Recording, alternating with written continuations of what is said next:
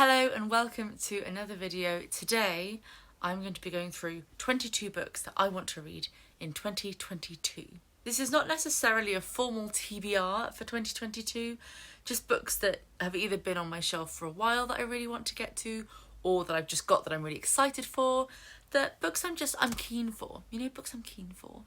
I'm going to go through these pretty quickly because there are 22 of them. So without further ado, let's have a look at the books. First is Mrs. Death by Selena Godin. Title, Sold. Cover, Sold. Blurb, Sold. Why haven't I read this book yet? I don't know. I will. I bought it so long ago. I think it's the first book I bought when bookshops reopened after the initial lockdown, and I want to read it so bad, and I haven't. So I will. Next is Under the Whispering Door by TJ Klune.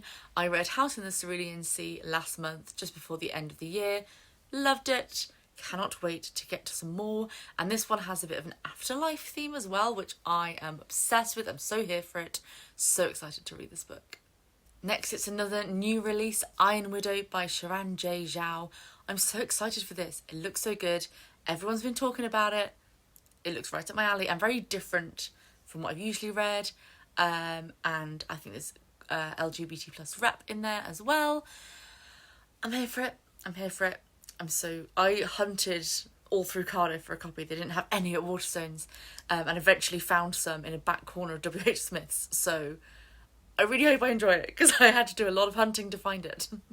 Then a non-fiction, Jane Austen, The Secret Radical by Helena Kelly.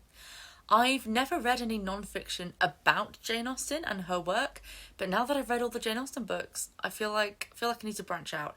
And I think this is going to be a good place to start in terms of tying into my own interests about social progress and activism and history, and I think it's going to be a very interesting read. The next one I literally bought this morning, and that is Honey and Issues Guide to Fake Dating by Adiba Jaigirdar. I remember this came out and there was a lot of hype about it, and I was like, that looks interesting and like the sort of thing I would enjoy, but not necessarily enough to buy like a full price new copy, I don't know if it's, I don't know if it's $7.99 worth of enjoyment, but then I found it in a charity shop, and I'm almost certain it will be £1.50's worth of enjoyment, at least, probably more than that. It looks like so much fun. I'm just like devouring any LGBTQIA fiction that I can because I couldn't as a young adult, so I will now. Next is America Is Not the Heart by Elaine Castillo.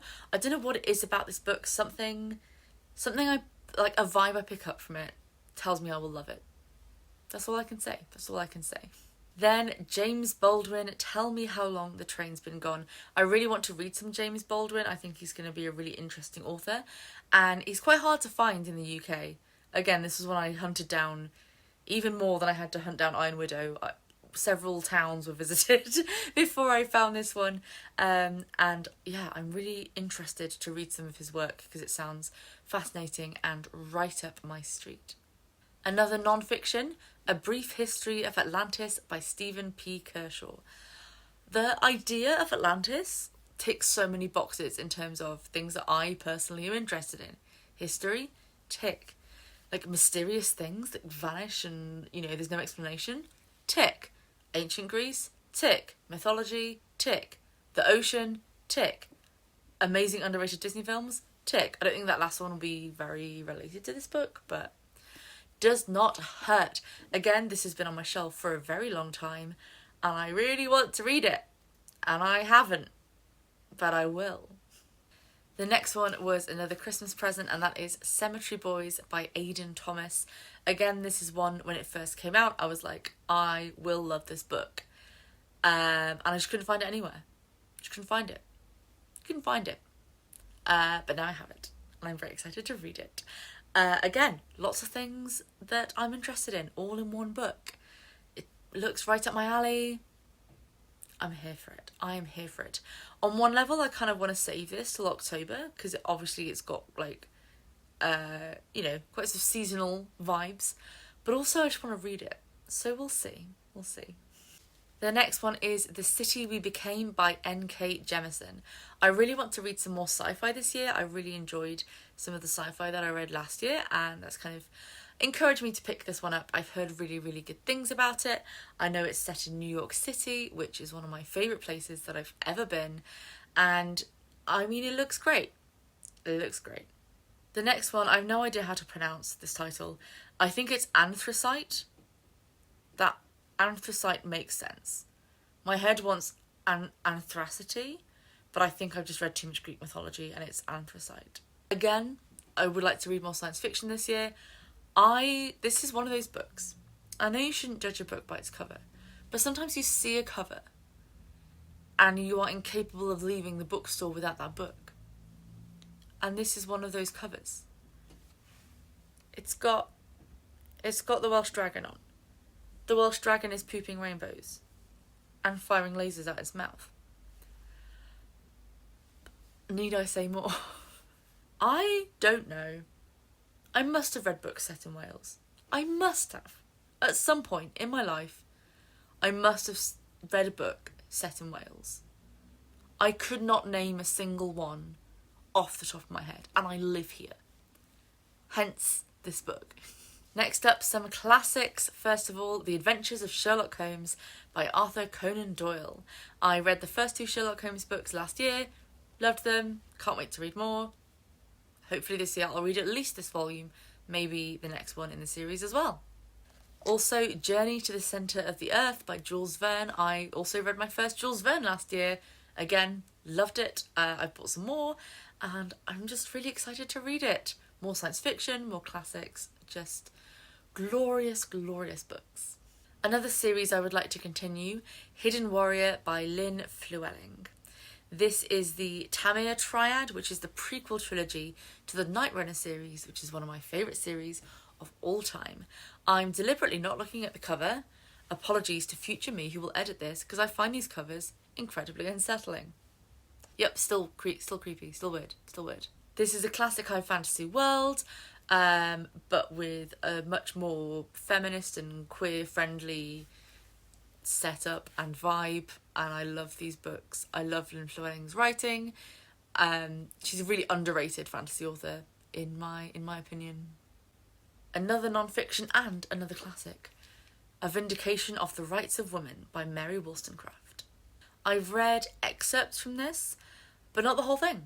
So I'm going to read the whole thing. This is like the OG feminist text. So yes, I definitely want to read this. Also Mary Shelley's mother. So, you know, icons. Next up is The Mercies by Kieran Millwood Hargrave. Now this was recommended to me by a few people and I kept seeing it around and thinking, that looks like something that I'm interested in.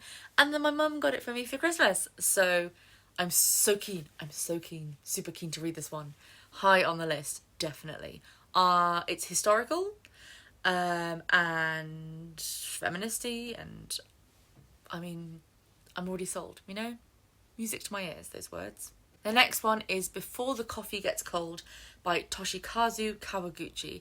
This is a very famous one. I think a lot of people have read this one. It's a translated work from Japan and is about a cafe where I think you can speak to people from throughout time before, as long as your coffee has not yet got cold.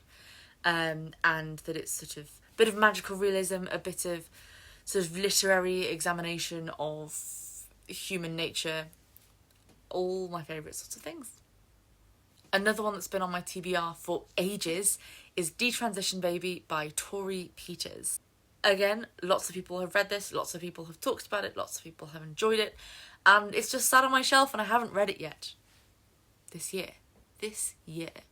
Yet more science fiction in the next one. There's a lot more science fiction in these piles than I thought when I took them off the shelf, to be honest.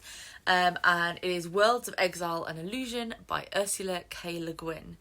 And I read my first bit of Ursula K. Le Guin's science fiction last year.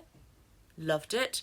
Here's some more. I have some of the other books in the series on my shelf as well. I really want to read them. They're so good. So good. So good. So I want to read these ones. I don't even know how long this one's been on my TBR, but it's Bloody Brilliant Women by Kathy Newman. This is a look over some fantastic women through history all around the world and their accomplishments. I think the reason I haven't read this is when I was originally like super keen and like ready to read it, then I had lots of similar books in terms of sort of awesome women through history books that look at like a certain number of women and what they accomplished and things, and they're all great, but there is only so much of them that you can read in like a short space of time, and I was just burnt out by the time I got to this one, and it's been on my shelf ever since, but not anymore. I will read it. I have to read it. I have to read it because I will enjoy it. Some more non-fiction. Empireland by Sathnam Sanghera. The tagline is How Imperialism Has Shaped Modern Britain. This is something I find fascinating. And I read Natives by Akala a couple of years ago. Amazing book. Every British person should have to read Natives. It was so good. It was so, so good.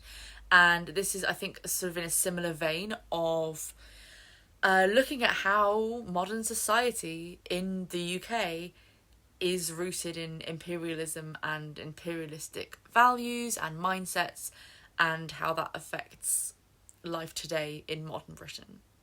And the last one on my list is The Black Flamingo by Dean Atter.